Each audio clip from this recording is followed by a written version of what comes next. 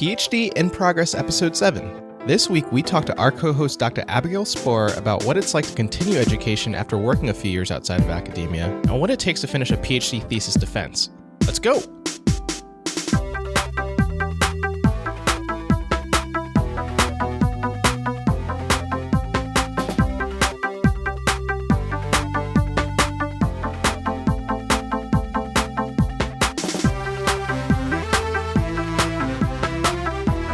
There you go. Once again, I don't listen to podcasts. Just make them. A baller. Don't even listen to the ones Don't even listen to the ones I make. You're like Spielberg. You don't watch movies. I don't watch my movies. I just make them. I know what happened. I was there, mostly. I may not remember, but that's cool. Why relive the past? I'm focused on the future. As we ask you all about the past today. Yeah. Sorry. Oops.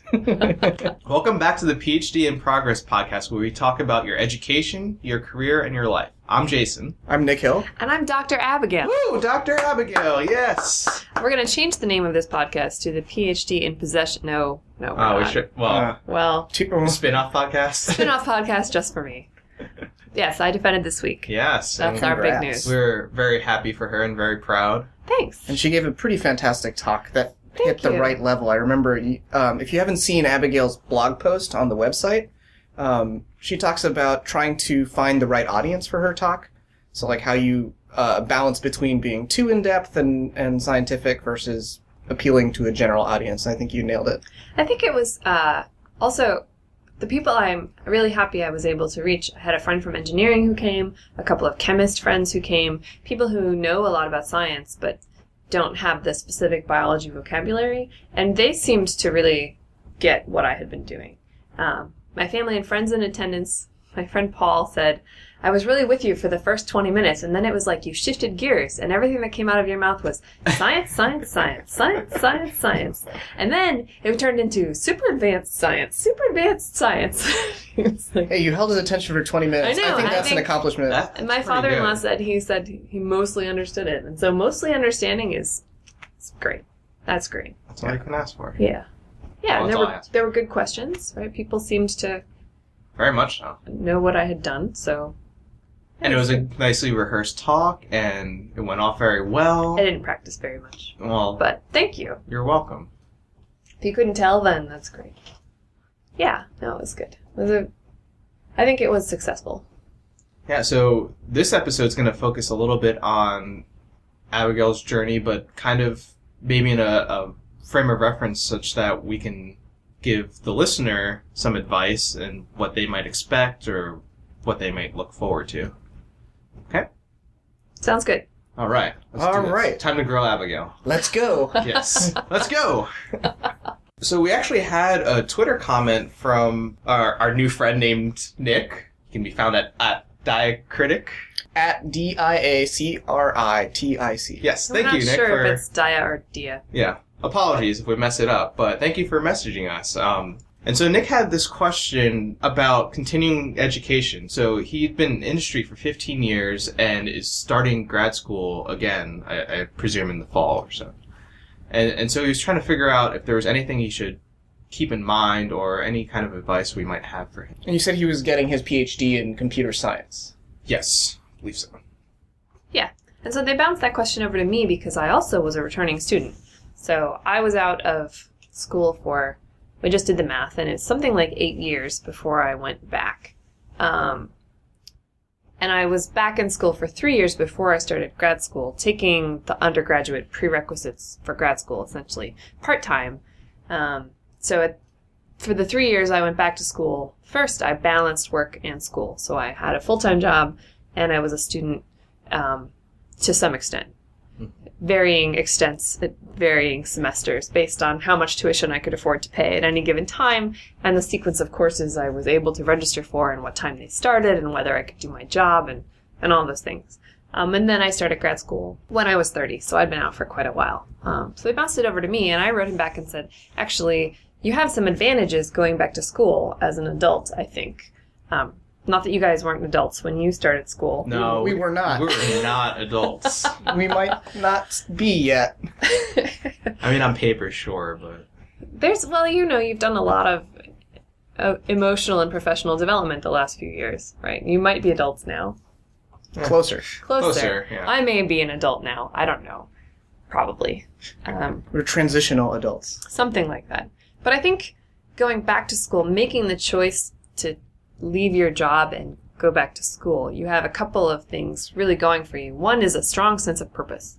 Right? You have given something up to do this, right? You are making huge sacrifices in many cases. And so you've clearly, thoroughly considered this decision, and you're doing it because it's going to help you get something you want. And I think a lot of students who go straight through undergrad into graduate school don't do that. They go to graduate school because that's what smart people do, or because they think they're going to be a professor, and not because they have a realistic understanding of what they're going to do or learn or be, which is one of the reasons we do this podcast, right? We think people come to grad school without knowing what it is. And usually I think that's because they just are going to continue to be an academic because they've been successful academics. I don't know. Do you think that's true? Why did you come to grad school? Oh, yeah, that's definitely true at some level. I came to grad school. I had a few summer research program opportunities, so I was able to see how graduate students lived for the summer and talk to them. And so I had a pretty good picture of what it looked like to be a grad student.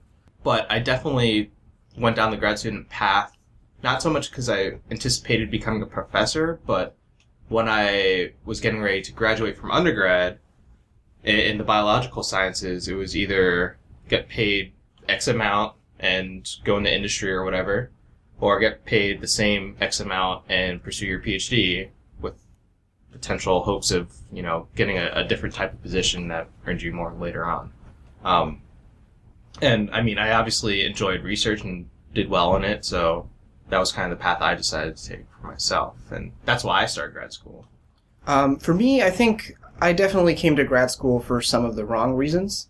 When I was a senior in college, I was looking at the jobs available on the job market, and it was like, investment banking, consulting, or, and that was like pretty much the only industry that was hiring in 2008.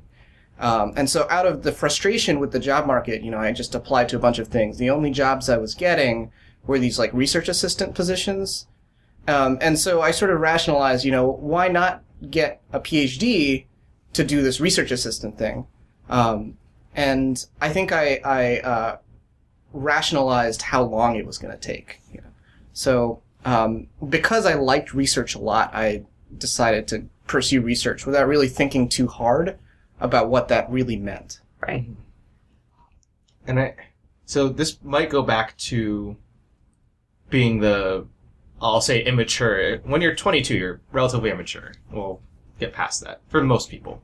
But when we started grad school, we did try to rationalize, at least I tried to rationalize along with Abigail, about how long it would take, and didn't really take into account the personal and emotional growth that I would be going through during that time, or that's necessary. And we all did it eventually at some point in some level. But I kind of maybe wish I did it in a more professional setting.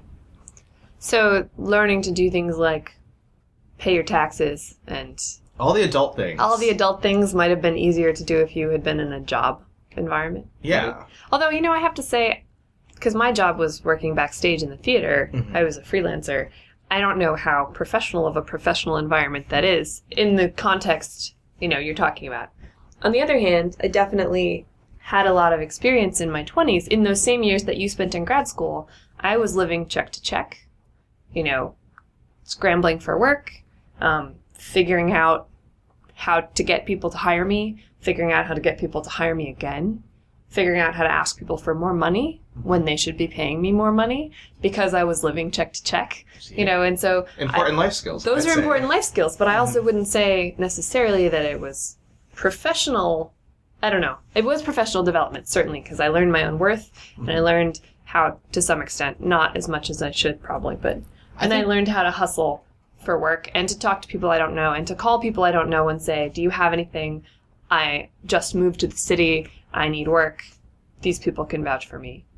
I think it's absolutely professional. I mean, they're paying you to do a very specific job. Well, yeah. And, you train for it. It's not like requires specialized knowledge. So I think it qualifies as professional. Yes, well, I was doing it professionally. Yeah. I was being paid to do it. That is right. That is definitely true.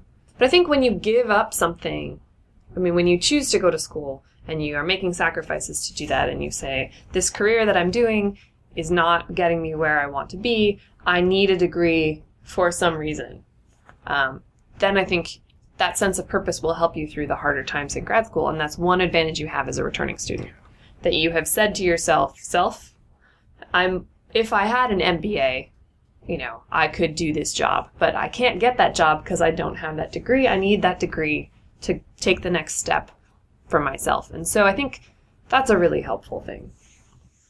The second advantage I think Nick has, and that I had maybe, is work ethic, which may or may not be true, but at least if you have had a job for a while, you know what it is to have people expect you to get things done in a timely manner. You may have more experience doing independent projects, managing your time, and getting work done. I was a much better student when I went back to school than I was the first time. Because I was paying for it, because I was giving things up for it, I studied harder, I didn't skip class, I started assignments when I got them instead of the night before, because I really needed to make this work, because I was, again, I had a stronger sense of purpose, and that lent itself to a better work ethic, I think, for that. You still fall into the trap of watching YouTube cat videos, but I think if you treat school like a job instead of like school, you will be more successful. I think that's absolutely true. If you look at the postdocs in your research labs, a lot of them have so many external obligations, kids, family, other things. And they do treat it like a job. They come in at 9, they leave at 5, and they're so productive. It's really, I think, a good framework. Yeah, it's one model for how you can do it. And you can be productive in a lot of different ways. But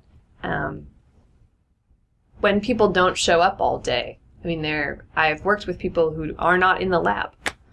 And maybe they work at night, all night, and I don't see them, but I sort of wonder what they're doing.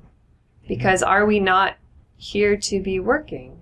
And maybe they're analyzing data at home, but there are people who are not around that much and are not very hard workers. And you can get a long way being lucky, but you get a lot further if you are lucky and work hard. Yeah. And I think people with industry experience expect to work because they have been expected to work in the past. I think part of the struggle in the middle part of graduate school is learning to work when no one's breathing over your shoulder and to still be productive. Yeah. So those are the advantages I think you have coming back to school. The disadvantage, or the thing that can be difficult or could be difficult, I think is social, because graduate school is difficult and you need friends. You need friends because you need people to study with, and you need people to help you, and you need people to give you a beer when you had a bad day, and you need friends to get through grad school. And to podcast with. Yeah, who knows when your friends will ask you to podcast with them later. So are you saying that the choice of people that you could become friends with was below your standards? Or? No, I'm saying you might have to... You may have less in common with your classmates than they have with each other. And so you may have to make an effort for them to want to be your friend. Not that you don't have things to offer. I remember Danielle, some years ago, I was telling her something and she was like, "You're so wise. I want to grow up to be Abigail. You're so wise. You know so many things." And I was like, it's tough if you want to help people, but you don't want to mother them. If you see people making mistakes that you have made, you have to be like, you got to let them touch the hot thing. You have to touch the hot thing yourself to learn that it's hot sometimes. And sometimes you see someone about to touch the hot thing and you have to just let it go. Because the video camera. Because, So you may not have as much in common with your classmates as they have with each other, right? I was telling a story when we got started about, in our first year of grad school, I got invited to someone's 22nd birthday party. Which, 22, but first year of grad school, that's perfectly reasonable. And it was at a bar on the Lower East Side. And I took my then boyfriend. And we were 30 or 31 at that point. And we walked in the bar and he said, "Oh my God, I was kicked out of this bar 10 years ago." Right? But there we were. And, we had a couple drinks and we said, "Have a good night." And I was happy to be invited. Yeah, I'll see you later. Yeah, you're the best. Thanks for coming out. And then it's not that big a deal. I still like to watch bad movies, and I have friends who watch bad movies with me, and I have friends who like to go to AAA baseball with me, and But my hobbies include drinking herbal tea and listening to NPR, and so I'm not interested in bottle service. Some things that people want to do, I don't want to do. But you need to find common ground. Yeah. One of the advantages that we didn't talk about, just jump back a little bit, was that so Abigail and I were briefly roommates. True story. Awesome time. Yeah, Jason was a great roommate. Yeah, and Abigail was one of my favorite roommates as well. We went blueberry picking. We did. Yeah, in the rain. Oh, it was romantic. I don't know about that. It wasn't romantic. Yes, it was not romantic at all. We were platonic roommates. Yes, sorry, we should make that clear. Because that's actually getting into this point. Because Abigail started a little later, she had more time to kind of settle out her personal life, right? So you and Aaron were together for years before grad school. Yeah. And now you are lovely. Now we're married. Partners in marriage, which is great. But it kind of reminded me of when we were roommates and I had just kind of started dating and I was 23, I guess.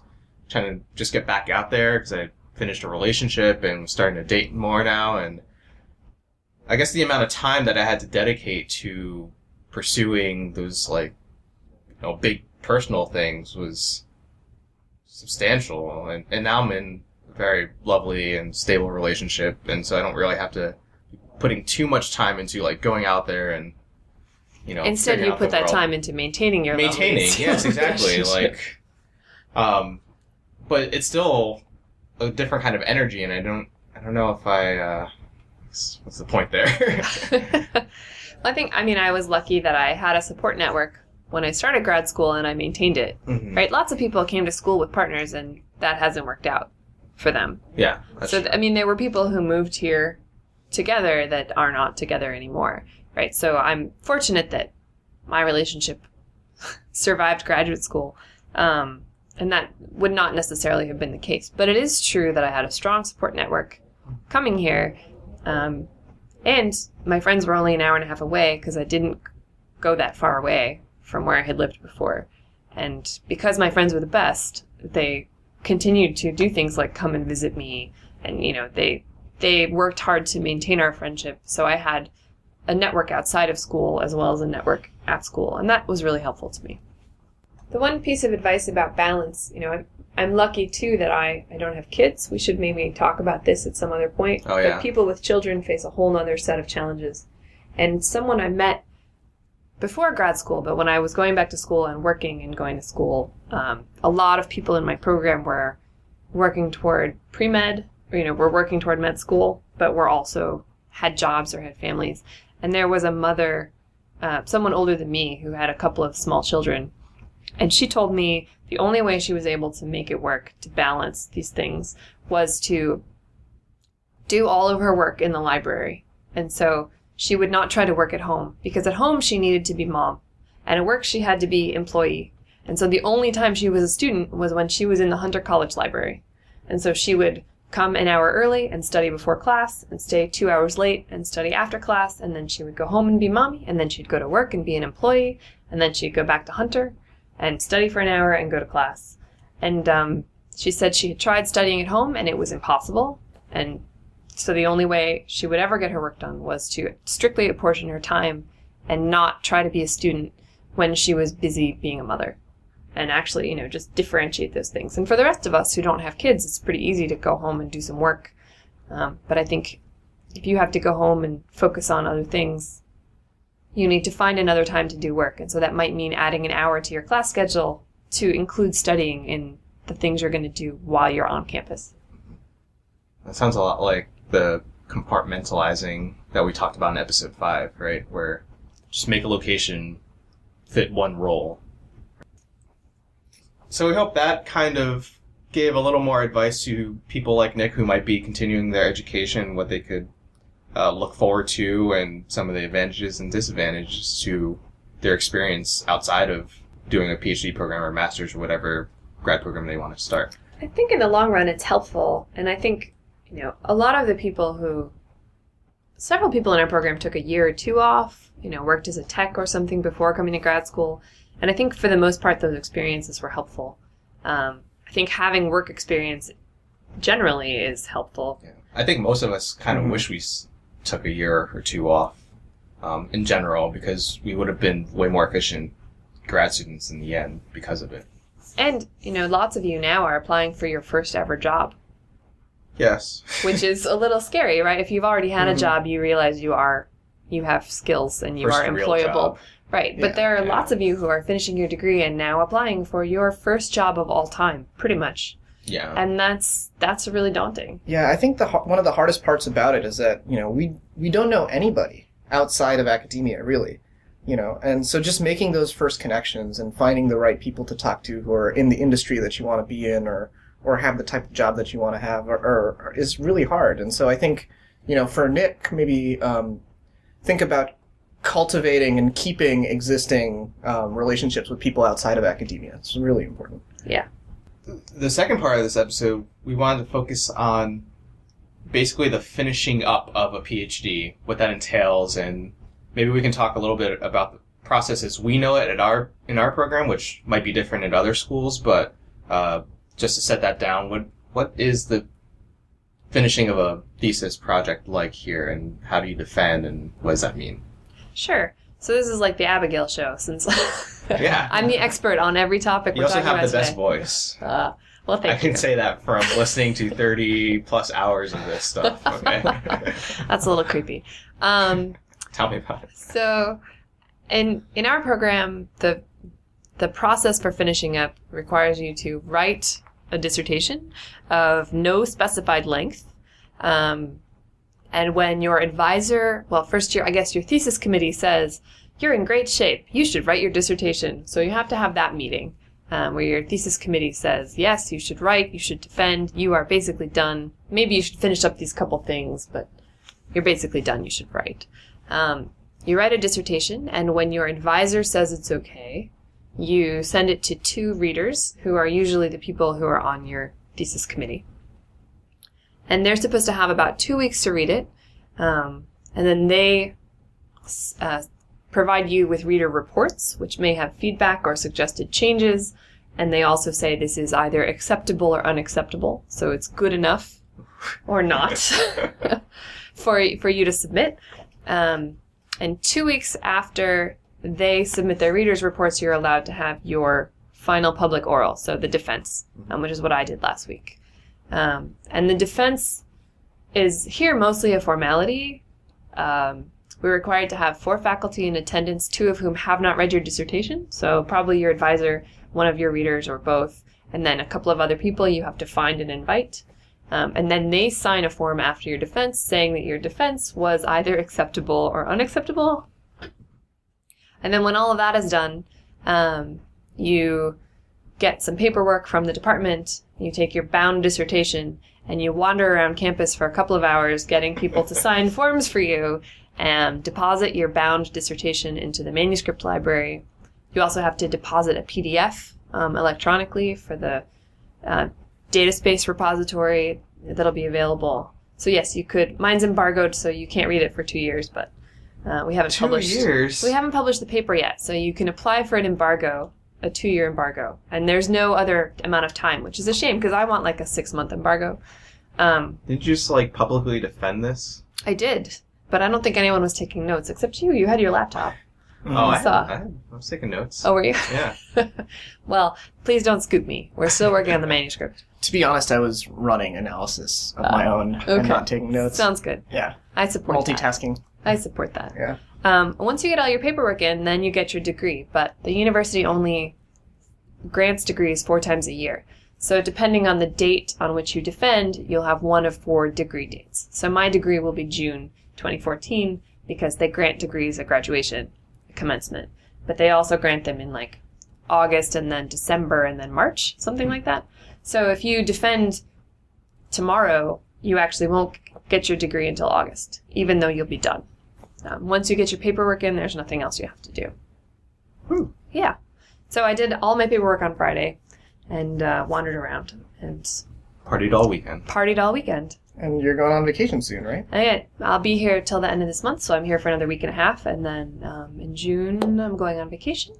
Great. So we're tying up some loose ends with the science and also working on this manuscript. Yeah, try to get the manuscript at least mostly done so that it doesn't just linger. For our program, as Abigail said, it's kind of more of a formality. We know at other schools it's not so much the case where the final public oral is actually kind of a stressful thing because you are trying to prove that you are done and deserve this doctorate that you will hopefully be receiving. So I just want to throw that disclaimer out there. In other programs at this institution, I talked to a guy in religious studies the other day about his defense, and he said that their defense, so our defense was like, it's like a 45-minute or an hour science seminar. I presented my work, and then if there are questions, there are questions. You know, there was maybe 5 or 10 minutes worth of questions at the end, mostly from our colleagues in the audience, not from the faculty that I had invited. Yeah. His defense was 15 minutes of him talking and 45 minutes of questions from his examiners. No, thank you. Right, so that's a very different... It's like generals all over again. Yeah, that's kind of like our qualifying exam. That's a very different experience. A friend of mine who's a chemist and did her degree in Washington, their FPO is a real deal. I mean, she was confident that she would pass, and I think for the most part, when you get to that point, you probably are pretty confident. But for us, that level of stress thing is our committee meeting, right? Our final one where they say, okay, just do this and this, and then you're done. Yeah. And I'm glad, I was really grateful that it was a formality because I was surprisingly stressed out, even knowing that I would pass, even knowing that my document, you know, I had written a quality dissertation and I was going to give what I thought was probably going to be a pretty good talk, you know, and that my work was sound and that I was the expert. I was still really nervous. Do you know why? Well, do you know what was making you nervous? I think I had invited a lot of friends and family, and all of you guys, right? There were a lot of our classmates there, and I wanted them to enjoy it and understand it. And so there's pressure there, because again, we talked a little bit about pitching, right, to the audience. It was my one chance sort of to tell my family and friends what I've been doing, these people who don't know anything about science. And I want to reflect well on my advisor and my laboratory and the education I've received. You know, even the parts that I have fought for really hard. So I want him to be proud of me as well. And I want to feel good about it because this is the capstone. It's your capstone thing, right? So you want it to be good for yourself after like 5 or 6 and for years everyone else. Of your family asking you what you do and then being immediately regretful once you start talking about gene names, Carrefour, I don't know. This and that and the other. Yeah, and so I want it to be good for a variety of reasons. And most of that pressure is self-inflicted. I have been to lots of really bad thesis talks, right? I've been to defenses that were boring or that I haven't understood. I haven't been there for the science. I've been there because I cared about the person defending. And so I know, even knowing that that's fine, that you can give what I consider a crappy talk and still get your PhD, and no one even thinks about it later, that doesn't really take the pressure off if you, like me, want it to be good. I wanted it to be good, and that's why I was nervous. And it was good. Thank you. Objectively. Thank you. Is there anything that came up that you weren't expecting? I'm sure you've been to, we were just saying, we've been to a lot of defenses, and there have been great talks, some not so great talks, across all these different disciplines within biology. So is there anything that you didn't expect, like either for your talk or for the process of the paperwork or writing your thesis? Well, I have to say, you know, I'm a pretty diligent person, so I had certainly read all of the provided information from both the graduate school and the department, and that information does not always agree. A lot of the deadlines are not firm. It's like, your readers are supposed to have it for 2 weeks. And my advisor was like, I've never had 2 weeks. You can totally take an extra week. Likewise, the paperwork is supposed to be in 2 weeks before your FPO. Or, you know, 1 week and 5 days is okay. Or, you know, it's like, they're guidelines. The rules are guidelines, but they're for your protection to make sure everything's done in a timely manner. That can be a little confusing because the information available on the web is not always up to date in terms of which forms are which and which things you have to do and which things other people will do for you. And because I'm really try to be on top of it, I was prepared to do every single thing myself, and that was not necessary. My readers submitted their forms directly to the department office, not through me. So I did not have to find my readers and get the forms from them, which I was prepared to do, right? Which is great because one of my thesis committee members has been traveling a lot to Russia, so it was nice for me that he could do it electronically. With me too. Yeah, that's fun for organizing meetings. Yeah, so that was nice. I wish that I had started writing the document sooner. I think my dissertation is nice. It would be better if I had started writing it sooner. Like most written documents, the more revision you do, the better it will be. But I had pretty firm deadlines in place because I'm starting this job and I wanted to take a month off.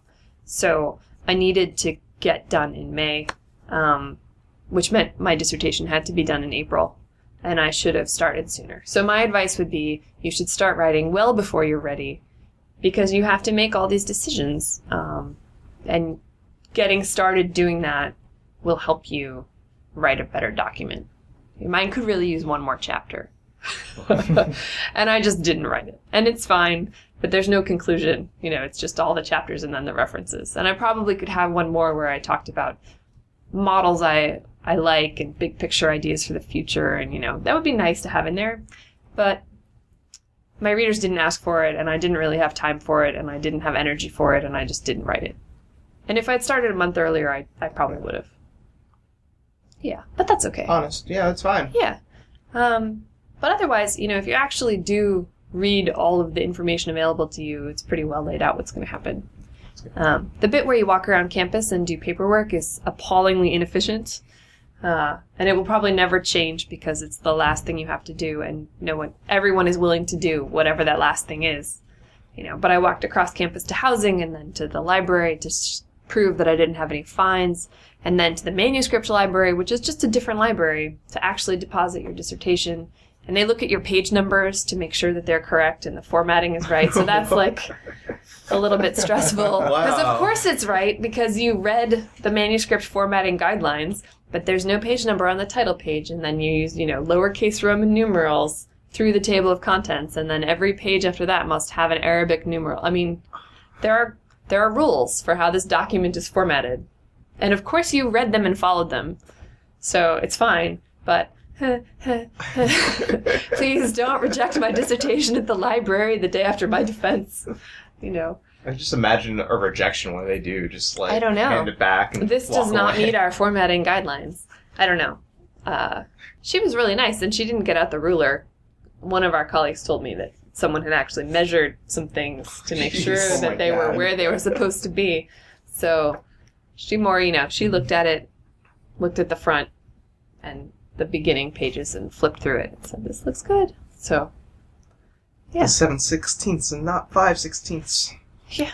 Did you typeset everything in Word? I did. Yeah, I used Word. I actually bought a book called Doing Your Dissertation with Microsoft Word, which is What's it about? It's a self-published book.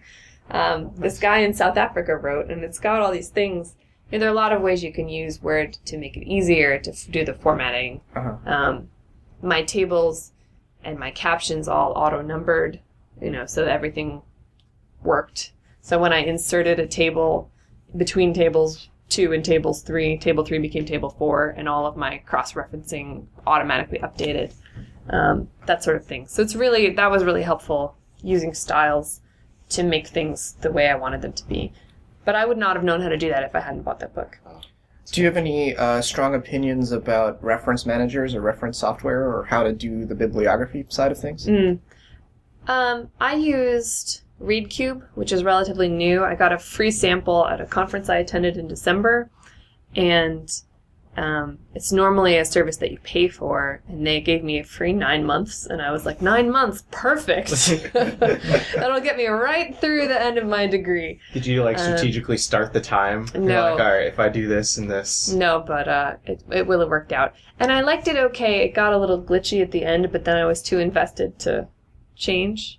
You certainly need some sort of reference manager software. I think people successfully use Mendeley, people use Zotero, people use RefWorks, EndNote, right? BibTeX. The one thing that's kind of a drag is because chapter 2 of my dissertation is turning into this paper we're writing, and my advisor and I are writing it together. He wants me to use EndNote, so I'm going to have to figure out how to export all of my references and move them into EndNote, because he'll probably be the last person to mess with the paper, so it needs to be in a format that he can adjust. So I'll have to figure out how to do that, because that part of it is going to be a collaborative document. But otherwise, I think it doesn't matter what you use as long as you need to use something. You must use something. Do not attempt to do your citations by hand. That's crazy. It's crazy. And it's helpful because as you start writing your introduction, you're rereading this literature. You can make sure you have a library that contains all the documents you will cite while you're thinking about them in order to provide context for your work. I mean, you can really do sort of an annotated bibliography early on if that will help you to get started. And that's often a project. I mean, if you're teaching undergrads and you want them to write a research paper, the first thing you ask for is an annotated bibliography. What are the sources you're going to use? And then write for me a couple sentences about what's in each one and why you're using it. And to do that for yourself can be really useful when you're thinking about framing your work in the introduction, and also to remember what's in which paper.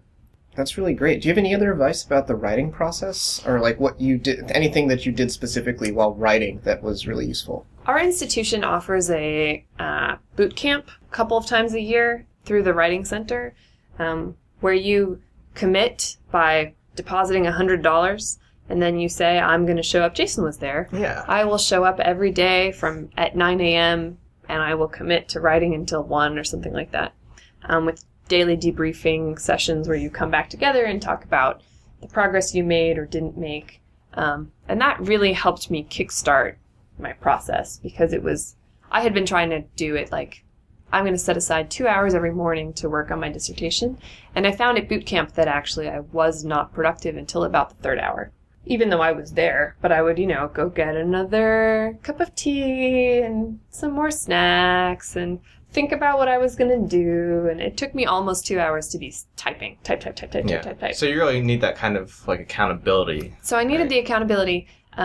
And it helps to be surrounded by other people who are struggling your struggle, right? These are your people who are doing what you're doing. And that helped a lot. And I drank pretty heavily that week, and that helped a lot too. Actually, I drank a lot of whiskey in my coffee, even though it was morning. I have a really strong internal editor, and so I tend to edit while I write, which is not the way to be productive. You just got to get it out. You have to get something on the page in order to fix it later. And so drinking whiskey helps me get something on the page. Loosens the lips and the finger. Sinks the ships. Yeah.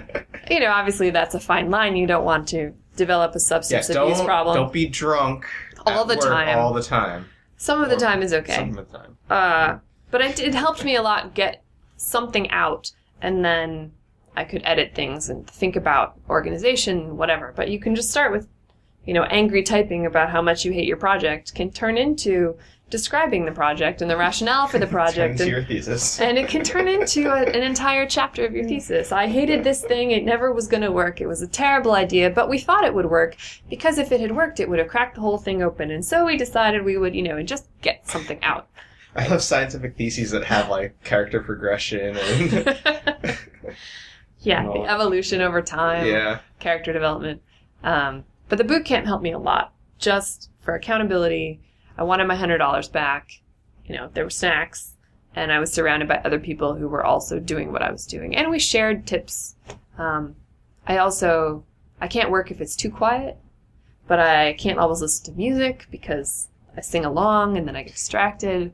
And so I started using an app called Coffeetivity, which makes the sounds of a coffee shop, but it's like the low murmur of voices, so you cannot hear exactly what people are saying. It just sounds like you have people around you, but you can't eavesdrop on them. So it's this sort of soothing white noise. It's all the noise of being at a coffee shop without any of the interesting... being at a coffee shop. Does it make you want coffee? Well, I was drinking a fair amount of coffee. Does it make a smell, too? So it doesn't make a smell. But that helped me a lot because I could listen to that with a little bit of music, and then it was like I was surrounded by people without being surrounded by people. Some people work better when it's quiet. I need a little something. Or I can do quiet for a while and then I start to go crazy and then I turn on my coffee shop and it's fine. Yeah. That was really helpful to me. And so you have to figure out what your best work environment is. And then you have to go there and stay there until you're done. And that is my advice. Go there and stay there until you're done. And there's always something you can do. Once you get some progress made, you can, if you don't feel like creating, you can edit. You can work on figures. You can work on strain table. Every freaking strain of yeast I used in my whole dissertation, I had to go back through my lab notebook and figure out what I used for which experiment and which genes are knocked out and which markers it has. And assembling that stuff was not an insignificant thing to do. So I could make progress without creating content by doing those sort of piddly things that still needed to be done. And so you can take mental breaks and still be productive by doing those things. So to summarize productivity tips, trick yourself into starting to work and trick yourself into staying working. Just basically delude yourself until it's over. Maybe then you can forget the whole thing. Well, it seems like you still remember it, I do. even today. Yeah. It actually was not that bad. I wish I had started sooner because I think the end document would be better. But the process wasn't that terrible. I also didn't do it in the lab. We have a little break room off of our lab, and I got an external monitor and I went in there. So I still came to work. I still had access to the reference notes and materials and my lab notebooks that I would need. But everyone knew I was writing, and so they wouldn't come and talk to me unless they had a real serious issue. In the lab, people can tend to be quite social, and sometimes it's hard to get work done at my desk. But I was like, I am in dissertation treehouse mode. So the PhD in Progress studio actually doubles as the space for me when I'm trying to write and read and all this stuff, right? Because we do have a social lab as well, and it's hard for me to not join in. That's Jason's coffee-tivity. Oh yeah, that white noise. This loud vent that gets edited out and the listener can't hear. Yeah, thankfully. Because I could get some work done at home, but it was helpful to me to still have the discipline of, getting up and going to work. So I needed to be working on it here instead of at my house. Because at my house, I clean the kitchen. A cat that talks to you. Yeah. I wasn't going to get anything done.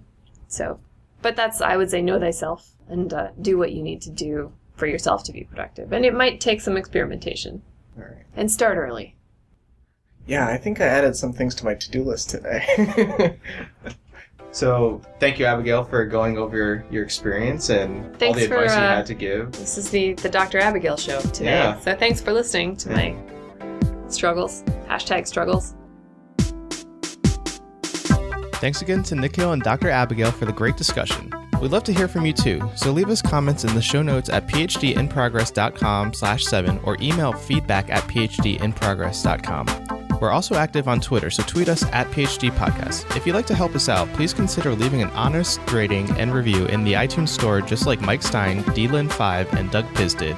We really appreciate it. As always, all this information can be found at phdinprogress.com. Just basically delude yourself until it's over. Maybe then you can forget the whole thing.